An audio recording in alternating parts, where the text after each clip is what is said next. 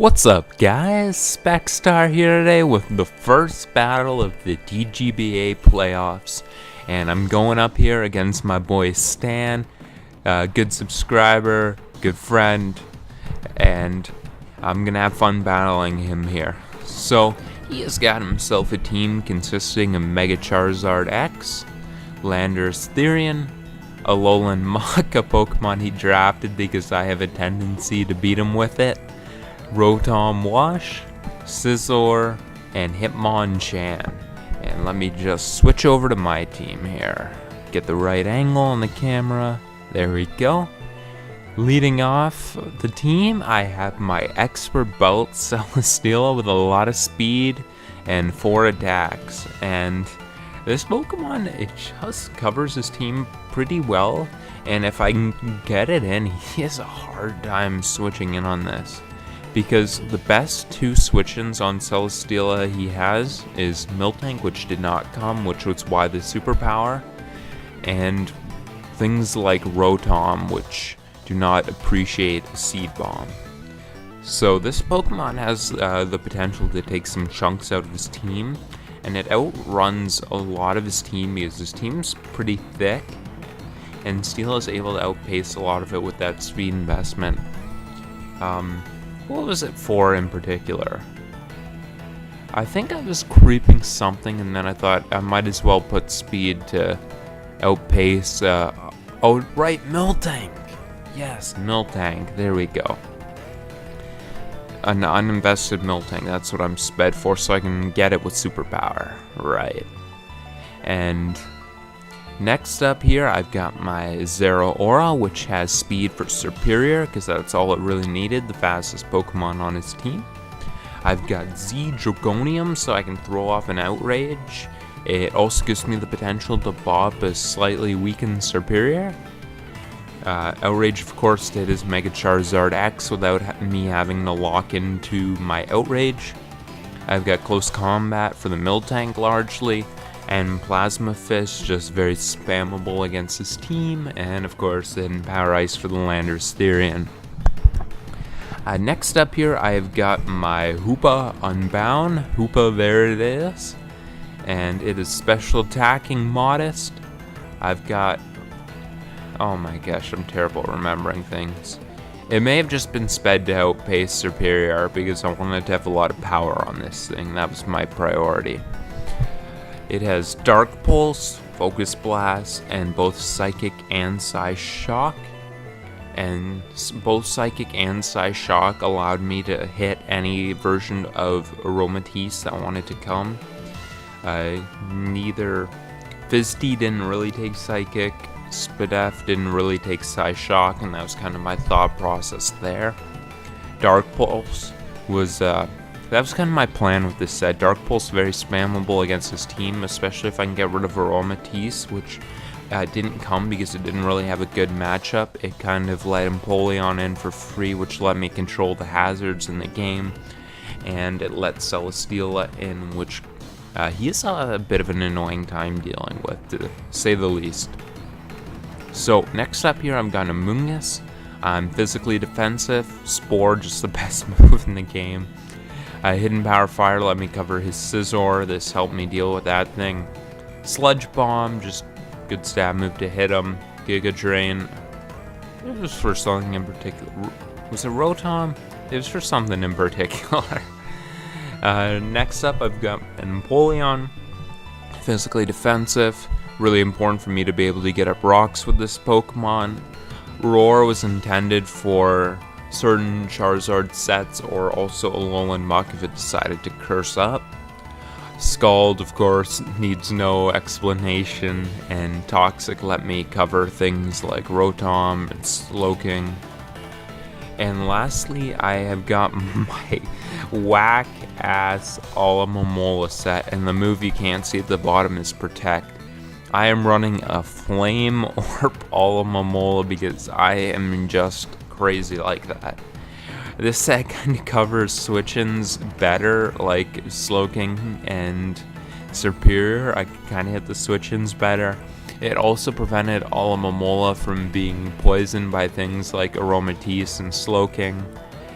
and it hit Zard.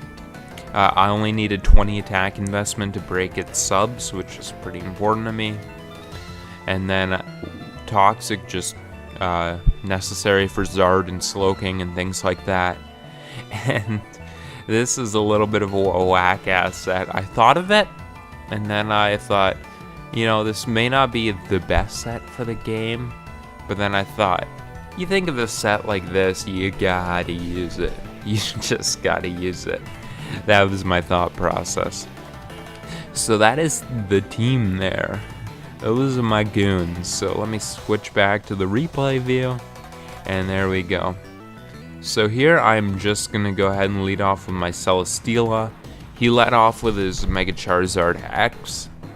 I almost could have just Earthquaked here, but you don't have to Mega Turn 1 in this league. So didn't really want to do that. I'm just going to switch out into my Alomomola, which is my best answer to this thing.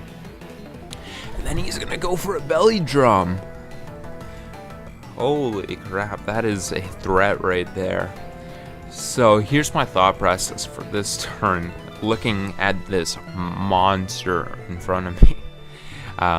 He's got a Flame Charge. That's his only way to outspeed Zeraora and Hoopa. And his other move, if he has Substitute, then his only other two moves are going to be Dragon Claw and Flame Charge. Empoleon has a decent chance to survive in the Flame Charge. So what I'm going to do is I'm going to fire off a Toxic here. And he is just going to Mega Evolve here and throw off a Dragon Claw. So he's going to take down my Alomomola, but he has no speed boost, so I'm just going to be able to send out my Hoopa and go for a Dark Pulse here. And that massive threat is going to go down. Oh, it's nice to see that scary thing drop, especially after a Belly Drum's in front of you. That is not a move to be trifled with. And here he's going to bring in his Muckalola. I'm just going to switch in my Empoleon, which is my chance to get up rocks, B, a decent answer to this thing. So I'm going to set up my rocks here, and he's going to Fire Punch. He might have been predicting me to double into my Celesteela there. That's kind of my thoughts of why he did that. I'm going to Scald here, just going to fish for a burn. He's going to Curse up, and now I'm just going to decide to roar the thing out. And it will be nice to see this thing's boost go away as he cursed, so he won't even get the chip on Empoleon, which means I can bring this thing in on that and potentially Scizor again later. He's going to go into Rotom, that's fine with me. I'm going to go out into my Amoonguss, and he's going to go for Thunderbolt. It's going to do a really decent chunk. That's going to tell me what I believe to be timid specs damage, so good to know that. He's going to bring on his Hitmonchan, and I'm just going to go for a Spore, put that thing night-night. That means my rocks are going to likely stay up. I'm going to go out here into my Hoopa Unbound just to put some pressure on. He's going to go into his Scizor. I'm going to go into my Amoonguss, which is my designated answer to that. He's going to go Rotom here, and he's going to trick me, which may have been his first mistake, because now my Amoonguss has power. It has bulk, and it has the power. That Sludge Bomb's doing 49. Show me your switch-in. Show me your switch-ins to a Specs Amoonguss, my man. That was his first and last mistake. So here he's going to bring in his Scizor, and I'm just going to go into my Empoleon. Not sure if he has superpower. It might be a little tough in this matchup to squeeze the slot in, but it's definitely possible. But once he agilities, I know he's not superpower, and I am just free to roar this thing out. No shenanigans here with Dual Dance. And he's going to get roared out into his Muck, which is pretty good for me. Definitely better than Landorus or his Hitmonchan. I'm going to Scald this thing. I really want to burn this thing, because once I burn this thing, it's useless. So my second Scald does not burn. He's going to Curse up. I'm laser sighted on burning this thing. I want to get this thing burned. As he goes for Cycle, still don't burn on my third Scald. I'm just going to keep firing off his Scald. This move burns almost every time. Let's get it. And on the 4th Scald, I am able to burn this thing. So now I am comfortable in being able to deal with this thing. Him going for another Fire Punch there makes me think that's probably his only attack. Which, he may also Shadow Sneak, so. But it's looking like that's his most powerful attack, which is interesting to know. I'm going to roar him out. Lander Therion's going to come out in. I'm going to go into my Celesteela, and Stan's going to make a good play and throw off a Gravity, which is going to force me to go into my Amoonguss here. He's going to go for an Earthquake. We take those. I'm going to go for a Giga Drain since I'm still out of range of a Tectonic Rage.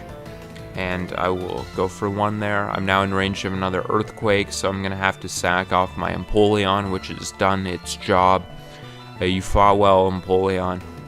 And he's going to go down there. I'm going to bring in my Zeraora, and here I'm going to make a mistake.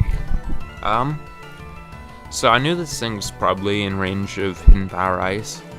If it was offensive, even if it was Yachi, it was in range.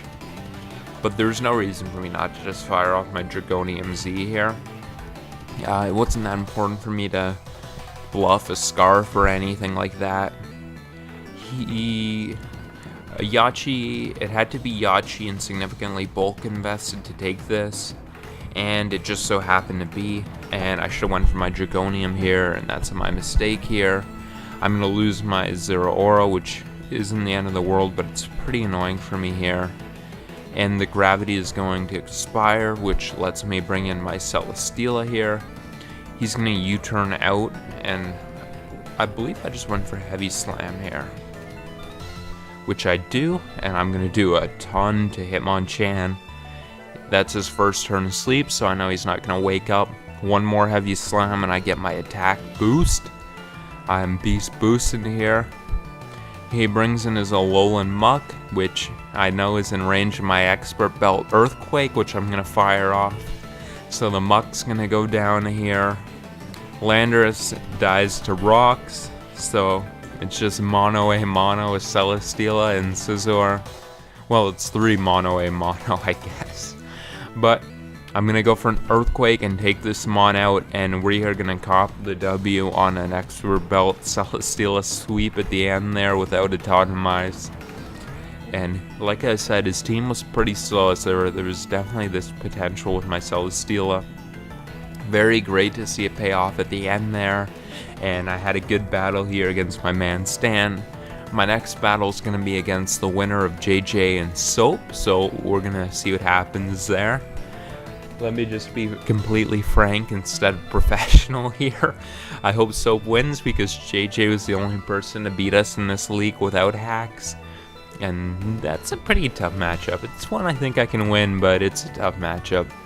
And I'm pretty confident in my ability to beat Soap, so I prefer him win. And that's going to be it for this video. I want to thank you guys for watching. Have yourselves a good night.